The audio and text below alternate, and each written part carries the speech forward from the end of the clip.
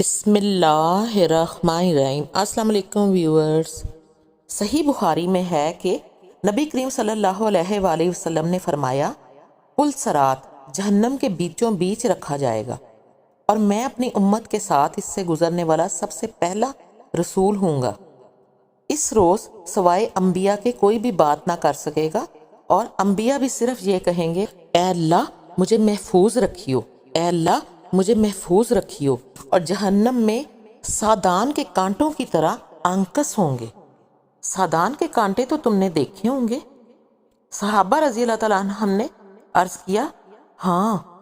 آپ صلی اللہ علیہ وآلہ وسلم نے فرمایا، تو وہ سادان کے کانٹوں کی طرح ہوں گے، البتہ ان کے طول و عرض کو سوائے اللہ تعالیٰ کے اور کوئی نہیں جانتا۔ یہ آنکس لوگوں کو ان کے اعمال کے مطابق کھینچ لیں گے۔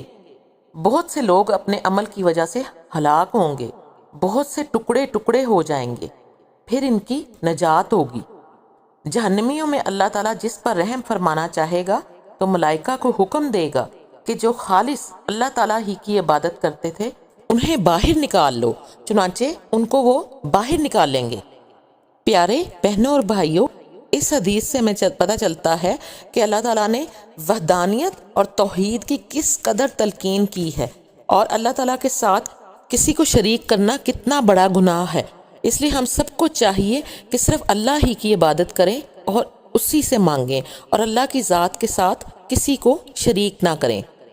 اللہ تعالیٰ ہم سب پر رحم فرمائے، اللہ تعالیٰ ہم سب کے گناہوں کو معاف کرے اور ہم سب کو سیدھی راہ پر چلنے کی توفیق عطا فرمائے۔ آمین ثم آمین۔